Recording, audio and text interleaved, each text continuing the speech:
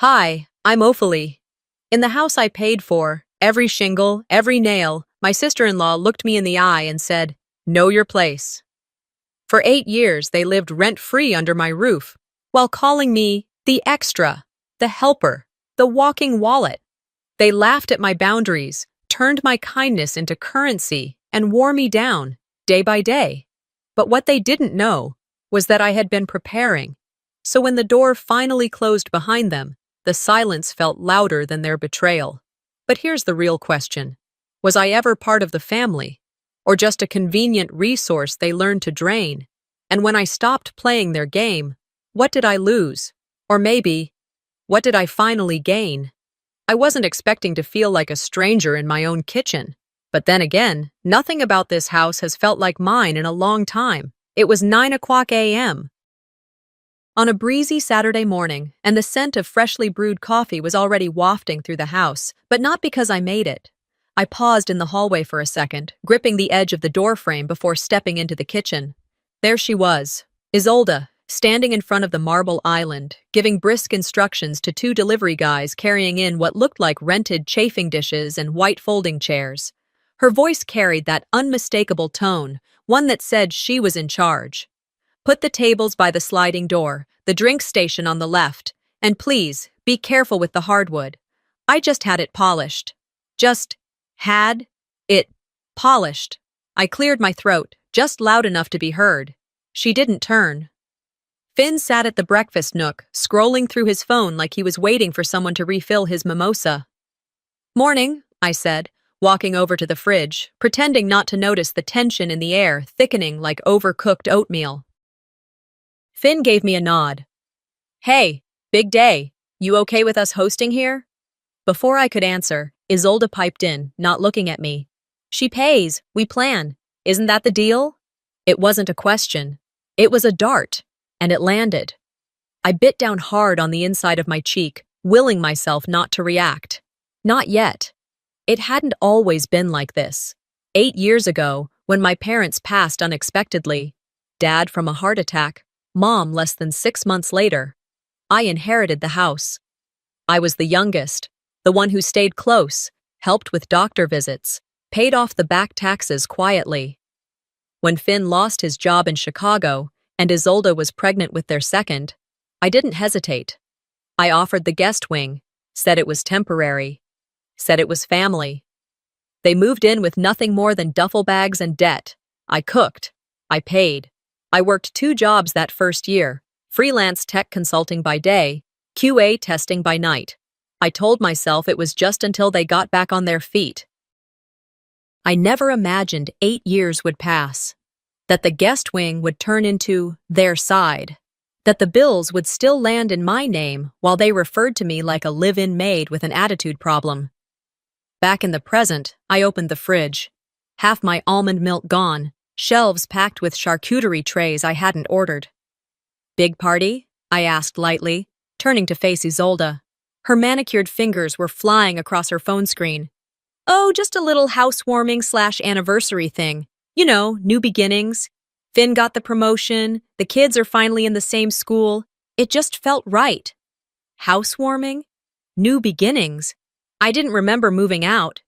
"Congrats," I said flatly, pouring myself a glass of water I suddenly didn't want. She smiled, too bright. "Thanks, Ophalie, really. We couldn't do any of this without you. I mean, who else would want to manage bills, right?" She laughed. Finn chuckled too, like she'd told a clever joke at a dinner party. I nodded slowly, placed my glass on the counter. Right, who else indeed? I retreated upstairs. My office doubled as my sanctuary, an L-shaped desk near the window, old family photos on the wall. One of them, Dad in his uniform, me barely 10, holding his cap like it was gold, stared at me now. He used to say, "Don't confuse kindness with weakness, kiddo." Too bad I had. At 38, I wasn't married. No kids. My dating life was as dusty as the treadmill in the garage, but I had built a career, a home, and a reputation for being the dependable one. The fixer, the wallet, the extra. I'd worn the role so long I forgot it wasn't sewn into my skin. The doorbell rang around noon. I wasn't expecting anyone. Curious, I looked out the upstairs window. People, suits, dresses, balloons. I checked my phone. Nothing from Finn. Nothing from Isolde. A neighbor caught my eye and waved. "See you at the party." Party? I walked downstairs, stunned. The living room was decked out like a Pinterest board had exploded. Streamers, a cake, a huge printed sign that read, "New Beginnings, Finn Isolde." My name, nowhere. Isolde saw me, wine glass in hand. "You're welcome to join, if you're not too busy working." She turned and walked away before I could respond. An older cousin approached me near the sliding glass doors. "I heard they're buying you out soon. Is that true?" My chest tightened. "No, that's news to me." He raised a brow. "Strange. Isolde made it sound like it was already done." I walked outside to breathe. The evening air was cooler than expected. I stood on the patio, the hum of laughter filtering through the glass behind me. I took a sip of the wine I hadn't poured. From this angle, the house looked exactly like the one I grew up in, except it wasn't anymore. It had become a stage. Finn's voice echoed behind me. I turned slightly, hearing just enough. "She's not really part of things, more like our helper. Always around, not in the way, you know?" Another voice, Isolde's, slurred from wine. "Our lovely little wallet." Laughter. I stayed frozen. My feet were cement. My fingers dug into the stem of my glass so hard I thought it might snap. I walked around the yard, finding shadows to disappear into. I didn't cry. I didn't rage. But something inside me shifted. Later that night, when only the fairy lights and cigarette butts remained, I stood alone on the patio again. A cousin I barely recognized came up and lit a cigarette, looked at me sideways. "How does it feel?" he asked. "Living with your brother?" I smiled. A cold, practiced smile. "Funny you'd say that," I replied quietly. "They're living with me." I didn't wait for a reaction. After that last comment to my cousin, "They're living with me," I simply finished my drink, went inside, and started cleaning up the mess they left. Empty wine bottles, half-eaten appetizers, red Solo cups, and glitter from party favors scattered on the floor like confetti after a parade I was never invited to march in. That night, I went to bed not angry, not hurt, just quiet. And quiet has a weight to it. It settles in your bones. 1 week later, they threw a birthday dinner for Finn. I got a text that morning, Isolde style, short and vague. "Dinner tonight at 7 for Finn. You can join us if you're free." If I'm free? In the house I paid for. I thought about not going. I really did. But something in me refused to give them the satisfaction of absence. I showered, changed into something simple, gray sweater, black slacks, flats, and made my way downstairs at 6:58. Right on time. The dining room was glowing. Candles, balloons, a happy birthday banner that somehow made it all look like a Hallmark commercial. Laughter floated from the kitchen. I hovered by the staircase for a second, like a kid late to class, unsure if anyone even knew I was there. No one turned. I walked in. Every seat was taken. Not one for me. Isolde spotted me, did a quick scan of the room, then clapped her hands. "Oh, hold on," she called out to Finn's friend. "Can you grab that folding chair from the patio?" Within moments, a metal chair was dragged in from outside. They placed it near the sliding door, barely within reach of the table, angled awkwardly near the patio heater. It wobbled slightly on the rug. I sat. They passed around plates. No one looked my way. "Let's raise a glass," Finn's coworker said. "To Finn, promotion, family man, friend, rock of the house." Glasses clinked. I raised mine late. Dinner was mostly roasted chicken, mashed potatoes, and conversation I wasn't part of. I tried smiling once or twice, but the corners of my mouth resisted. It felt like trying to stretch something that didn't want to bend. At dessert, they brought out a vanilla cake with blue frosting and plastic candles. I watched as Finn blew them out, arms around Isolde and their kids, a family unit, center stage. I didn't ask who paid for the cake. I knew. When they started the speeches, I stood up quietly and took my plate to the kitchen. I ate my slice alone at the counter, scraping frosting with the back of my fork. I paid for the cake, the lights, the plates, I whispered under my breath, and somehow I'm still just extra. Later that night, I went to my room and shut the door softly. It was the only space in the house that still felt like mine. 2 days passed. On Tuesday morning, I opened my inbox and saw a mass email from Isolde. Subject line, "Thank you." I clicked it. "To our wonderful friends and family," she wrote. "Thank you for making Finn's birthday so special. Your presents, your gifts, your joy filled our hearts. Special thanks to Aunt Lydia for the floral arrangements, to Charles for manning the grill, to Danielle for the Spotify playlist. No mention of me. Not one line. Even the florist made the cut." I stared at the email for a long time, scrolling up and down like maybe, just maybe, I missed it. But I didn't. They never miss a moment to leave me out. I shut my laptop and walked downstairs. The living room was empty. Just me and the hum of the refrigerator in the kitchen. I stood in front of the family photo wall. There were pictures from beach trips, barbecues, holidays, all lined up in neat black frames. Finn and Isolde smiling in matching 4th of July shirts. Isolde and her daughter in graduation gowns. Cousins, uncles, even their dog had a spot. Not one of me. The only picture I ever had there, me and my parents at Dad's retirement party, was replaced months ago with a generic art print, a lighthouse. I remember Isolde saying it fit the aesthetic better. I walked room to room, letting my fingers brush the edge of doorways, light switches, the piano I used to play. It all felt familiar, but not like home. More like a museum I was allowed to sweep. Later that afternoon, I heard the commotion. Finn was setting up a brand new 75-inch television in the den. The box was huge, blocking the hallway. He grunted as he slid it into place with the help of a neighbor. "Nice upgrade," I said, pausing at the doorway. He wiped his hands on his jeans. "Yeah, figured it was time. Isolde's been eyeing this one for months." He didn't ask. He didn't mention the joint account. But I knew where the money came from. The receipt would show my credit card. I smiled again. This one was different. It didn't hurt. It didn't crack. It was the kind of smile people wear when they've already decided something.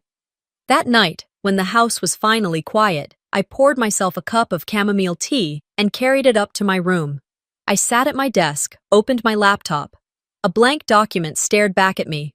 Title: House Expense Record. Updated. And I started typing.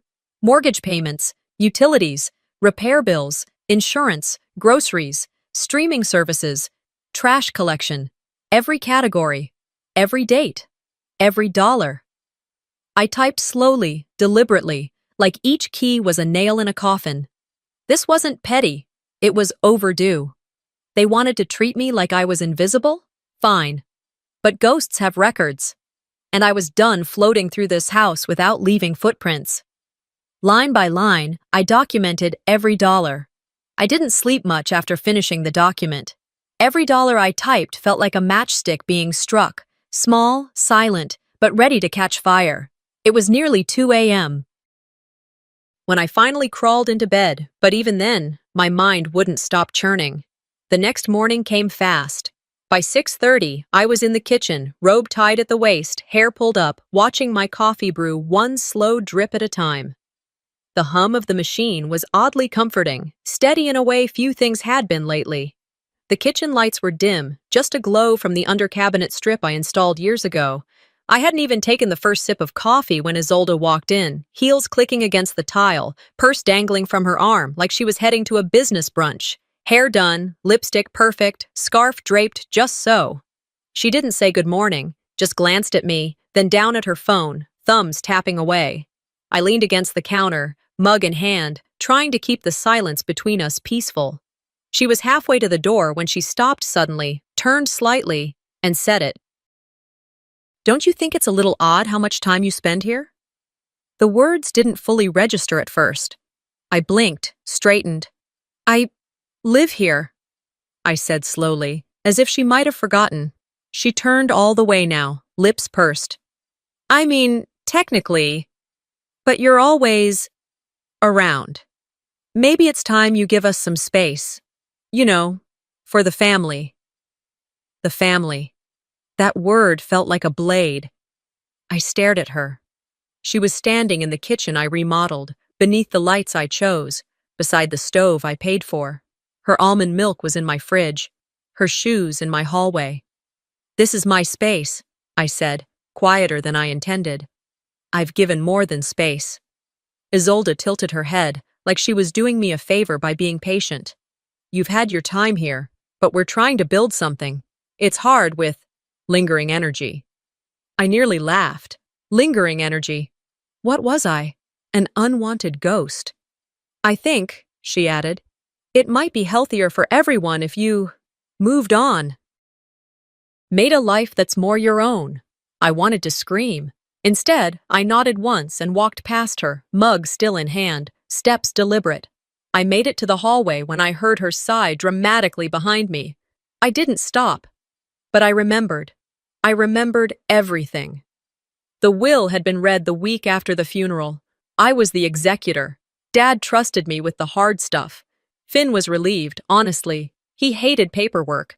I inherited the house, clean and clear. Finn had leaned over during the reading and said, "It's better this way. You're good with all that." And Isolde, in her polished tone, whispered, "Of course. We'll help her manage it." Help. That was the word. At the time, it sounded generous, but help became staying a while. Then staying turned into decorating. Then decorating became control. It wasn't long before I was the one knocking before entering rooms in my own home.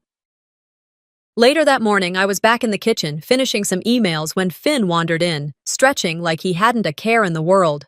His hair was a mess, sweatpants sagging a bit, holding a protein shake like he just finished a jog.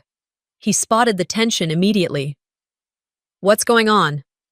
"Ask your wife," I said, not even glancing up from my laptop. He scratched his head. "She said something about you being, I don't know, intense lately?" I finally looked up. "Intense?"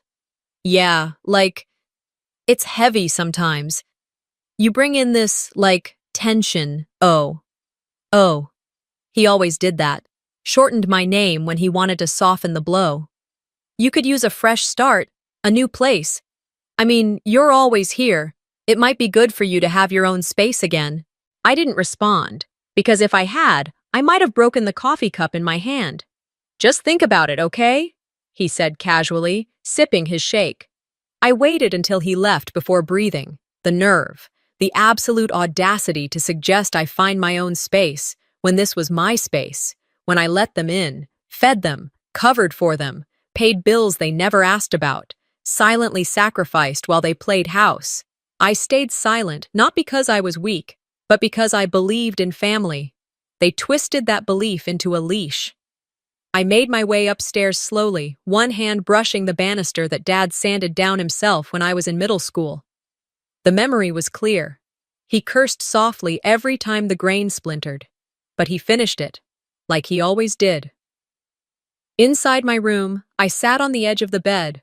The document from last night still glowed on my screen. House expense record. Updated. I stared at it for a long moment, then whispered to myself, "This is my home." I gave it. I can take it back. I opened a new spreadsheet. This time, the title was bolder. Projected eviction timeline, personal notes. I wasn't being cruel. I was being exact. I mapped out what it would take, the legal path, the waiting period, the costs, the confrontation, everything, step by step. No emotion, no overthinking, just math. A plan. I wasn't going to beg for respect anymore. I would take it, quietly, methodically, completely. Later that evening, I watched them laugh over takeout on the couch, kids sprawled across the floor, TV playing some sitcom with canned laughter. Isolde looked up at me once, smiled faintly. She had no idea. The first layer of my silence had cracked. I left my bedroom as dusk settled, soft gold light through the front windows, knowing I would walk into the house again, not as owner, but as guest on uninvited terms. The first layer of my silence had cracked. Now I had to say something. The driveway was full. Cars lined the curb, headlights and laughter spilled out from the back deck. I reached the front porch, purse in hand, heart hollow with expectation. Inside, the hum of voices floated across the open windows. Music thumped somewhere in the depths of the house. I paused. I had built so much here. The fence Dad designed, the garden where I planted roses, the kitchen island I tiled myself. But tonight, those things felt like props in someone else's story. I stepped in through the side door. My shoes echoed on the tile hallway. A guest laughed behind me, saw me, offered a nod. I barely recognized the tone. They treated it like I was a server rather than a sister. "Ophelie, there you are!" Isolde's voice rang from the kitchen. She was pouring white wine, cheeks flushed, wearing a dress I didn't pick. Her friends clustered around, admiring the decor, the little touches she'd added, the throw pillows, new curtains, photos of her children everywhere. She didn't look at me when she said, "Glad you could make it." Her guests filed past, clinking glasses. I watched them. Someone asked another guest, "Who's hosting tonight?" "Isolde," they answered without hesitation. I swallowed. My own throat felt tight. "Did you ask before planning a party here?" My voice came out steadier than I felt. I stood in the kitchen doorway, watching her arrange 2 glasses by the stove. She paused, turning slightly. "I mean, you're barely around. We thought it wouldn't matter." Her smile didn't reach her eyes. She lifted a glass. "Just keep it casual." A woman I barely know smiled at me. "So lovely of you to host." I forced agreement, just enough to keep the peace. I excused myself, slipped outside to the backyard. The air was cooler back there, the scent of jasmine drifting in. I leaned against the fence. My fence. Dad built this fence. Lights strung above cast soft shadows across the lawn. I could see guests pooling near the fire pit. Children chasing shadows. Someone complimented Isolde's garden. "Your beautiful home." My skin prickled, my hands clenched the wood rail. No one looked toward me. Finn stood nearby, holding a drink, nodding when someone said, "What a lovely home," like it belonged solely to Isolde and him. He caught my eye for a moment, then turned away. Later, inside, the music dimmed to background chatter. I found myself in the kitchen again, Isolde laughing with friends. I cleared my throat. "Isolde, can I ask something?" She turned around, holding her wine, poised. "Sure, what's up?" "Did you ask me before inviting all these people? Before setting this up in my home?" She smiled, unbothered. "You know, you're always here, but I thought, why sweat it? It would feel odd to check with you every time." "How would that feel to you?" I asked. Her reaction was mild irritation. "You're being too sensitive. It's not that serious." I felt something hard rise in my chest. Sensitive? I let it hit me. That label, worn like a scarlet letter. "You always overreact, dramatic," Finn said as he moved past me. Another guest, walking toward the living room, paused to say, "You know, she's so helpful though, always around." I nodded, quietly. My hands stayed steady this time. Back in my room, I shut the door firmly. The glow from the hallway light faded behind me. I opened my binder, an ordinary notebook with pockets, and pulled out my phone. I snapped photos of receipts, invitations, decorations, emails that said, "It's not much, just a few friends," when behind that there were rentals, food, floral arrangements, wine. My desk lamp cast long shadows. I stacked invoices, bills, the black envelope I got for wine order, the scroll of decorations receipt with Isolde's name on it. I pressed download on the guest list PDF she sent to friends. I backed up every file. On my phone, I typed, "Unpaid rent, 8 years, unauthorized events, ownership cost, emotional cost." I arranged the receipts in chronological order. I charted how much money had gone out of my account. Mortgage, utilities, repairs, landscaping, holiday dinners, children's school supplies, new furniture. Furniture Isolde picked out. My hands didn't shake. My heart thrummed, steady. I paused, looked up at my childhood photo on the wall. Me and my parents, Dad smiling with his hands on my shoulders. And I whispered, "You forgot I own this place." Then I opened my laptop, started an email. Subject, consultation request. Urgent. Dear. Attorney's name. I want to schedule a meeting at your earliest convenience. There are documents I need to review with you. Ownership, records, and evidence about occupancy misuse, financial responsibility, and verbal exclusion. I believe legal counsel is necessary because I'll attach the receipts and records. Isolde hosted an event here last night without my knowledge. She's repeatedly called me dramatic and sensitive in front of others. I want to understand my rights. I don't want to be treated like I'm invisible. I paused before sending, fingers trembling just a little, then hit send. I closed the computer lid, walked to the window overlooking the backyard where guests were now leaving. They hugged, said warm goodnights, no one noticing me standing on the porch. The laughter carried on into the distance. The music was soft now, cars pulling away. I inhaled deeply. There was sorrow, yes, but under it, a resolve. I was done being the bystander in my own home. I closed my inbox, letting the glow from the laptop dim. The legal consultation email had gone out. That hard click felt like setting something in motion I could no longer ignore. It was Thursday evening, 3 days after the dinner party. I stood in the living room, the late afternoon light filtering through lace curtains, casting shadows across the floor. The house seemed to watch me. My phone buzzed. It was my lawyer, Miss Reyes. Ophelie, I reviewed what you sent. This looks solid, but I need physical copies, receipts, bank statements, those dinner invoices, the guest list from last Saturday. I nodded, alone, though she couldn't see me. I'll have them ready by Saturday. Her voice softened. Do this calmly. Don't burn bridges until you have to. She hung up. I paused, breathing slowly, turning to the framed photograph on the mantel, my parents smiling, my dad's hand around mine. I said out loud, I am not burning bridges. I'm building a case. Later that night, I lit a single lamp on my desk. The rest of the house had gone quiet, their laughter gone, lights dimmed, cars gone. I pulled files out of a drawer where I kept them, some bills, letters, faded envelopes. I sifted receipts from parties I didn't know I was funding, checks I signed for repairs, payments on appliances, items I thought belonged to communal upkeep but were really mine. I arranged them by date. I scanned invoices, florist, lights, table rentals. I printed guest lists. Isolde's smiling announcement email with hosts Finn Isolde, typed bold, and no Ophelie anywhere. I cross-referenced my credit card statements, utilities, groceries, maintenance, my name, everything. I paused. My throat felt raw but clean. My eyes traced the ledger I'd been drafting. 8 years of giving without acknowledgement. I wrote, Point A, 8 years of cost. Point B, non-consensual use of my namespace. Point C, pattern of exclusion and public slight. Tomorrow was the day. On Friday evening, the sun hung low beyond the oaks, staining the sky rose and gold.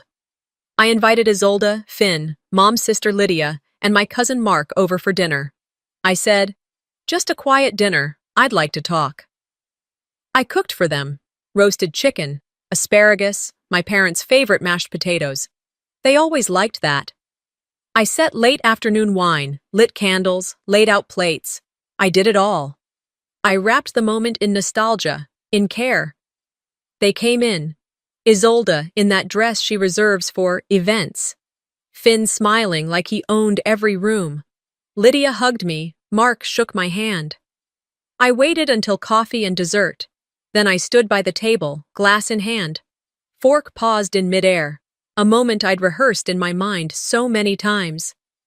I asked everyone here because I want you to see this, I said. I slid the printed ledger across the table. The page turned to expenses from last year. Rent, bills, decor. This is my cost. This is my financial heart beating in this house you all live in. Isolde looked down at the papers. Her smile faltered. Finn's face sharpened. Mark frowned. You brought this on yourself, Lydia cleared her throat. Ophelie, maybe you're taking this too far. This is family. I held her gaze. Family doesn't erase someone's name from a card. Family doesn't plan parties in another's name. Family doesn't pretend the home isn't theirs. Isolde scoffed, soft, loud. You offered to let us stay. You never asked for these reports before. Because I believed when people say we're grateful, they mean it. Because I thought gratitude didn't need proofs. Finn interjected. You're doing this for attention. You're making drama. I took a breath.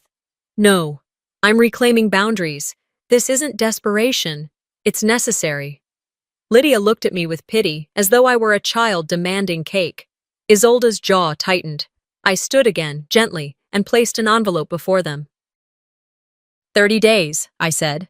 We formalize rent or I begin eviction process. That's fair. I've been fair. Silence fell. A chair scraped. Finn exhaled loudly, frustrated. You'll regret this, Isolde said, her voice low, controlled. I met her eyes. I hoped she saw in mine neither fear nor anger, but something quieter. Resolve. I regret letting it go this far, I replied evenly. They left soon after dinner. Isolde collected empty plates with a practiced grace, avoided eye contact. Finn didn't stay at the table to help. Mark left early, mumbling something about needing to get home. Lydia lingered, but her words were soft, apologetic, meaningless. Later, I washed my bowl at the sink, feeling the warmth of soap and water on my skin. The kitchen light glowed, reflecting off the faucet, the counters.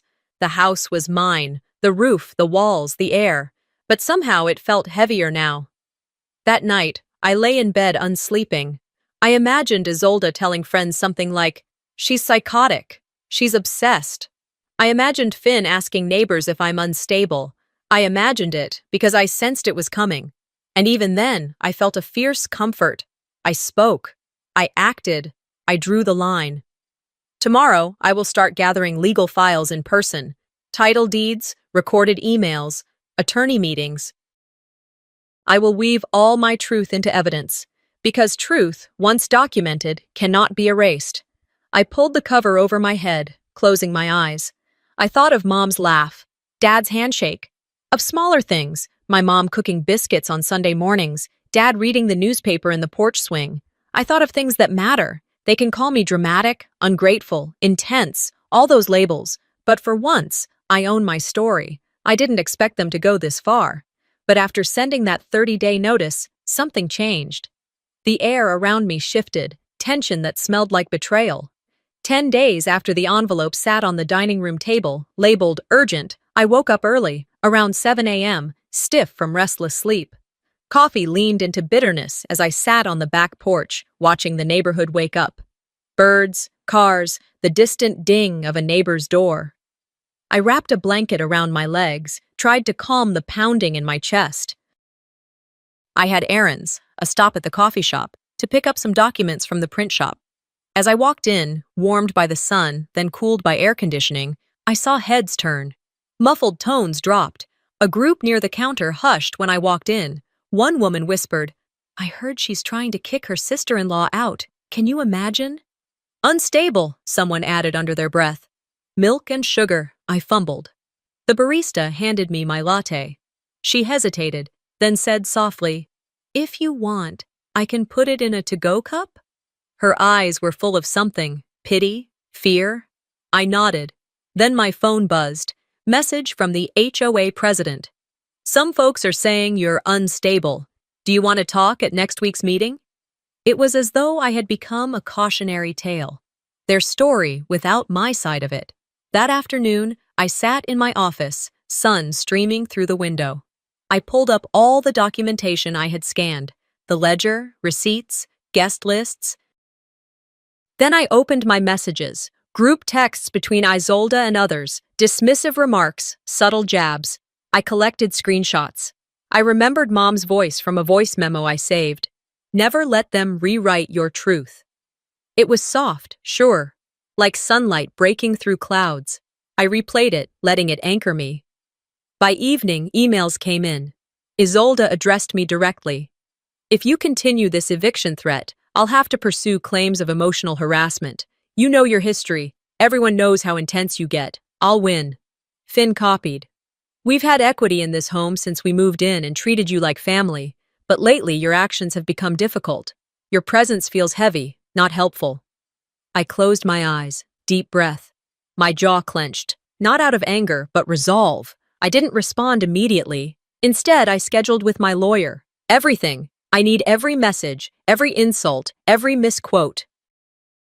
I want truth backed by proof. I reached out to a local shop to order 2 surveillance cameras, one for the porch, one inside the entrance.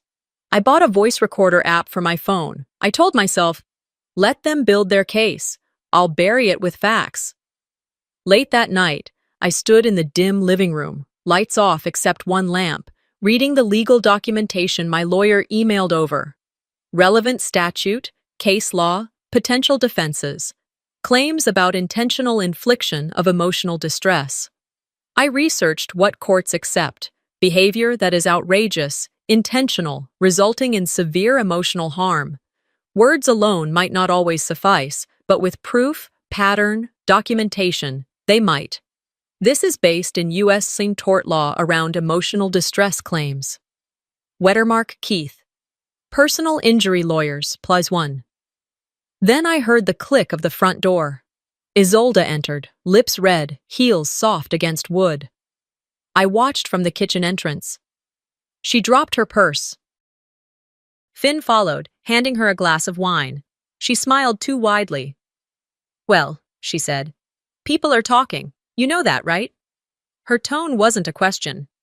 Yes, I know, I said, stepping into the hallway, my back to the kitchen wall. She laughed lightly. I just hope this doesn't get ugly. Maybe it already has, I replied, calmly enough. She raised her brow. You think you've got it all planned? I think I have enough, I said. Her eyes narrowed. Be careful who you poke, Ophelie. You might find yourself the topic of whispers you can't control. I met her stare. I regret nothing. On my desk, the voice recorder app blinked. I had turned it on before she walked in. Notice of potential civil action for defamation of character, I read from the letter that came earlier that day. I heard my own voice read the accusation. My fingers traced the words on the page. Emotional distress, harassment, unstable. I swallowed. Isolde's lips curled. Oh, so now you want to play legal? I didn't answer. I only smiled, coldly, because this was no longer about hurt. It was about being seen. It was about boundaries laid bare. I walked across the stone floor of the lobby, thumb drive heavy in my pocket, heart steady. 10 days after Isolde's legal threat, it was time. The late morning sunlight filtered through tall windows in my lawyer's office. I placed the thumb drive on the polished desk facing Ms. Reyes. This has everything, I said, setting down 3 stacks of printouts. Audio recordings, screenshots, timeline, dates, costs. Mizzy. Reyes nodded, adjusting her glasses. Her face held that look I both dreaded and needed, the look of taking me seriously. You've built a stronger case than most investigators, she said, and I felt something inside me relax, a sigh of relief buried under tension. She sorted through the documents, one stack with text messages, where people, neighbors, Isolde's friends, were copied in insulting remarks. Another with the guest list invitation, clearly phrased, hosted by Finn Isolde. No mention of me, although the venue is my home.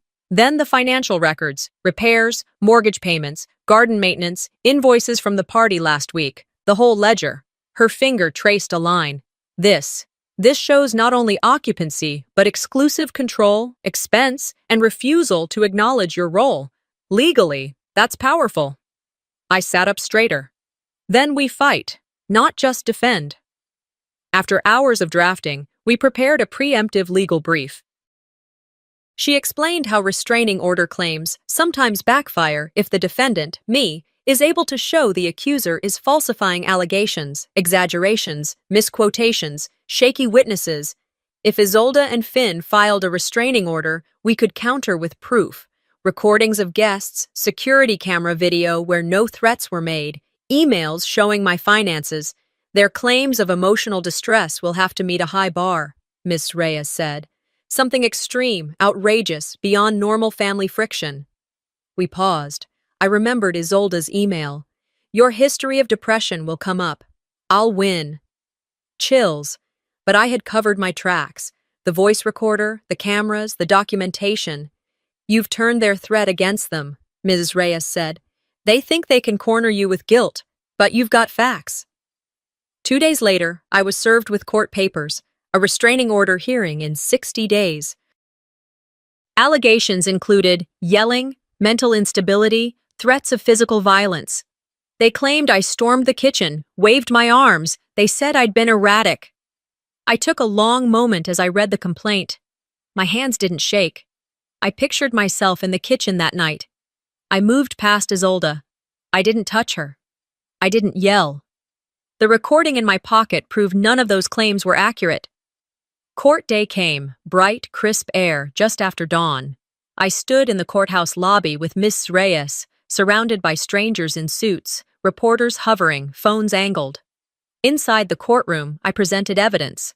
Video from my porch camera showing I never raised my voice, texts where Isolde admitted the rent-free agreement, screenshots of HOA messages. I let Miss Reyes speak. She asked an uncomfortable question. Does anyone else in the family recall these conversations?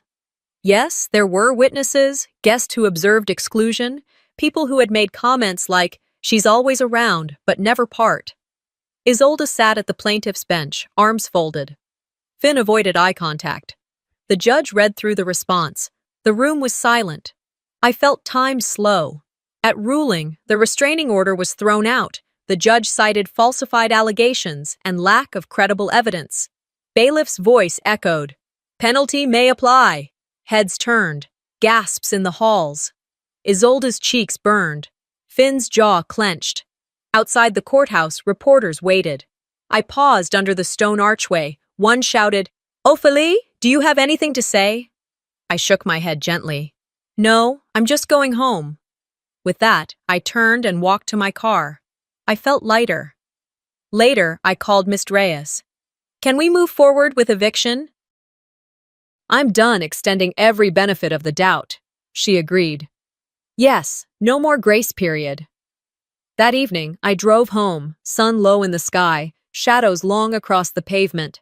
I parked, got out, walked up the driveway. The house loomed. My house. I opened the door. Uniform silence greeted me. In the driveway, I saw Isolde stepping out of her car, silver heels, scarf flapping slightly. Finn closed the car door behind her. They saw me. Her eyes narrowed. You've destroyed the family, Isolde hissed, voice tight with accusation. I stopped dead. My chest swelled with something cold and certain. No, I just stopped funding its dysfunction, I said, voice steady. She took a step forward, lips parted, but she turned away. I closed the door behind me. The click echoed in the quiet night. I pulled into the driveway before dawn, the sky still more shadow than light. The engine had long cooled, but I sat there a moment longer, hands wrapped around the steering wheel, like it was the only anchor left. The old oak above me stretched its limbs wide, filtering the faint gray glow of early morning. No birds sang yet, just a soft stillness that hung in the air like a held breath, cold, crisp, too quiet. Today was eviction day. I felt it in the pit of my stomach, not as triumph, not exactly dread, but something steadier, necessary. I wasn't nervous, not after everything, but I was awake in a way I hadn't been in years, alert, sharp, like the house itself would sense what was coming and push back. My attorney, Mrs. Reyes, arrived 5 minutes later. Her heels clicked on the pavement as she stepped out of her car, briefcase in one hand, file folders tucked under the other arm. Her tailored navy suit was pressed, hair pinned back, eyes calm behind square glasses. She walked up to my window and gave me a firm nod. Ready? She asked quietly. I exhaled, reached for my bag, and stepped out of the car. As I'll ever be. Behind her, the sheriff's deputy emerged from his own vehicle. Broad shoulders, badge shining in the weak light, hand resting casually on his belt. A presence, not a threat, not a friend, just someone who'd seen this all before. I locked the car door. The click felt ceremonial, like closing the final page on a chapter I never asked to write. We walked up the front path together. My home stood still, beautiful, orderly, almost defiant in its silence. The hydrangeas I had planted last summer were beginning to bloom, spilling soft color along the walkway. They didn't know today was different, but I did. Inside the foyer, I paused. The morning light, still diluted by overcast skies, spilled across the polished oak floors. My eyes tracked the golden streaks inching across the hallway rug I bought in Marrakesh, the family portrait above the entry table, the shoe rack no one but me ever used. And then I saw her. Isolde stood in the doorway to the kitchen, wrapped in one of my robes, towel twisted around her damp hair. Her hands clutched a mug of coffee, my mug. Behind her, Finn leaned against the wall, bathrobe hanging open, a cigarette smoldering between his fingers despite the clearly posted no smoking signs I'd taped to the pantry door last year. My stomach clenched. This was my house, my space, and yet they looked so at home, like this was theirs now. The deputy cleared his throat. Miss Ophélie, you have until 3 p.m. to vacate unless alternative arrangements have been made. His voice was firm, but not cruel, just official. I nodded, my gaze never leaving Isolde's wide eyes. She stepped forward, voice trembling. We're family. You can't do this. But I could. And you made your choices, I said, steady. Finn scoffed. You're bitter, jealous, pathetic. His voice rang too loud in the stillness. He stormed forward. Miss Reyes tensed, but it was the deputy who moved first, stepping between us. Finn struck the doorframe with the flat of his palm, making it echo like thunder, but I didn't flinch. I turned toward him, voice low, deliberate. The family you speak of died the day you sold your decency for rent. He blinked, stunned. Isolde looked as if she might cry, but I didn't care anymore, not enough to sway. I walked toward my office. The familiar path from the front hall to the back room had always been comforting, but this morning it felt holy, like reclaiming sacred ground. I passed the bookshelves I installed with my father before he passed, the wall with the oil painting of the beach from our childhood trip, the framed photo of Mom's smile the last summer before the cancer returned. I opened the desk drawer, pulled out the folder, held it like armor. This house was placed in a trust 3 years ago, I announced, stepping back into the living room where they now stood frozen. Fully protected, no co-owners, no power of attorney. Everything is in my name, legally and irrevocably. I opened the folder, revealing stamped papers, signatures, a timeline. Finn's face twisted. You planned this? No, I said softly. I protected myself. There's a difference. I remembered the conversation with my estate attorney, the way my voice cracked when I said I was done being the one everyone leaned on while being treated like a guest in my own life. He had looked at me, no pity, no patronizing, and just nodded. And then he helped me disappear from their reach. The hours that followed passed in a blur of tension. Process servers, reporters, curious neighbors who wandered by, pretending to walk dogs that didn't exist. Someone from the local paper hovered across the street with a notepad. Mr. Reyes handled them with polite coldness.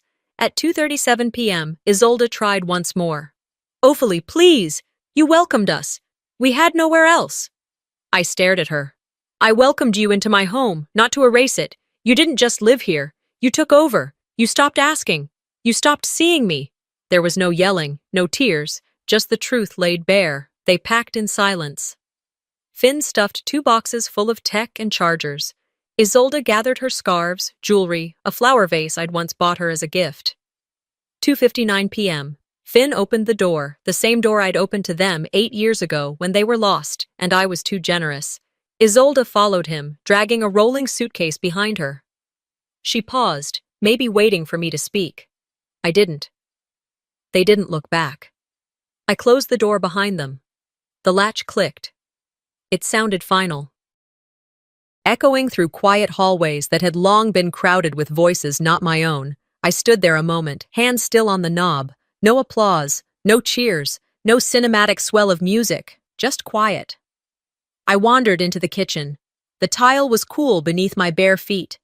The same tile I laid after my promotion years ago, before the freeloading, before the manipulation, before I was made to feel like an inconvenience in my own life. The scent of lemon cleaner clung to the air.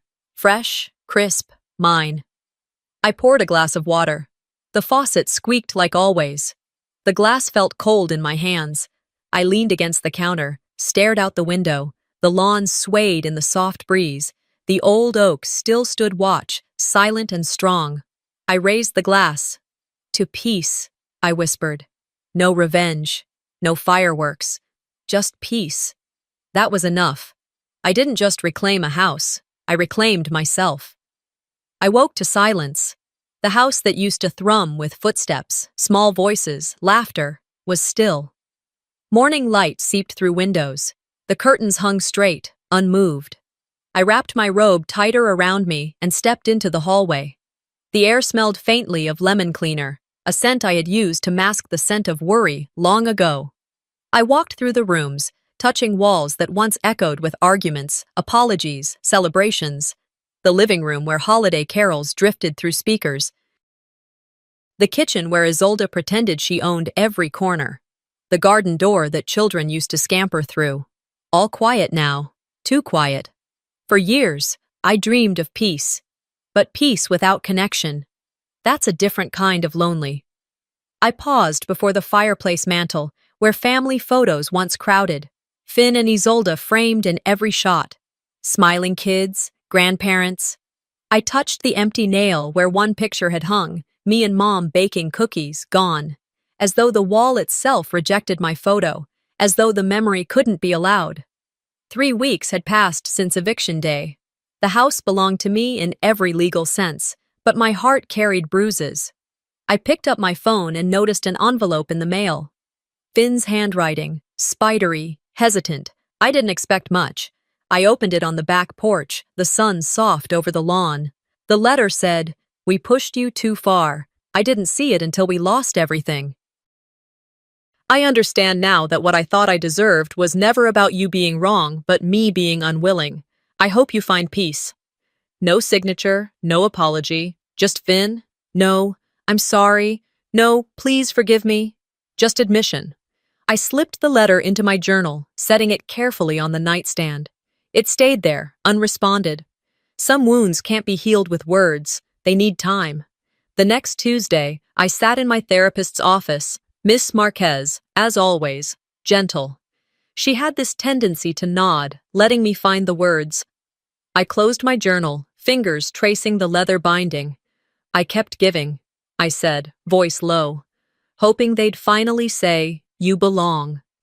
Ms. Marquez paused. And now? I inhaled. Now I belong to myself. I saw it then, the shift, the way I straightened in the chair, the way my voice held. Because belonging to myself meant I no longer waited at doors, no longer flinched when someone remarked, "Oh, you're still here." One afternoon, I was at the grocery store. Warm light, stacked produce, smell of oranges. I pushed my cart, looking for basil. A neighbor, Mrs. Holt, passed me in the aisle. She used to avoid my gaze when the house felt like a battlefield. She stopped. "Ophelie," she said quietly, "the house looks peaceful now." I smiled. It was honest. "It finally is," I said. She nodded. "That's good." Nobody else needed to say more. That night, I sat on the back porch. The sky turned peach, gold, then lavender. I held a cup of chamomile tea, steam rising, quiet settling. I watched the rose bushes sway, petals already falling. I thought of all the times I told myself I was extra unnecessary, a helper, not a belonging. They called me the extra. But without me, it all collapsed. I sipped. The tea was warm, quiet, complete. My place was never beside them. It was beyond them. I closed my journal. My hands steady. I looked out toward the horizon where the sun dipped behind trees. Sometimes, choosing myself isn't selfish. It's survival. Sometimes, the most painful betrayals don't come from strangers. They come from the people we've loved, housed, and trusted. This story isn't just about property or paperwork. It's about reclaiming your dignity after years of being overlooked, dismissed, and used. Have you ever had to choose peace over family? Or walked away from people who said they loved you but treated you like less? Let me know your thoughts in the comments. If this story resonated with you, don't forget to like, subscribe, and hit the bell icon so you won't miss the next powerful real-life story. Your support helps these voices be heard.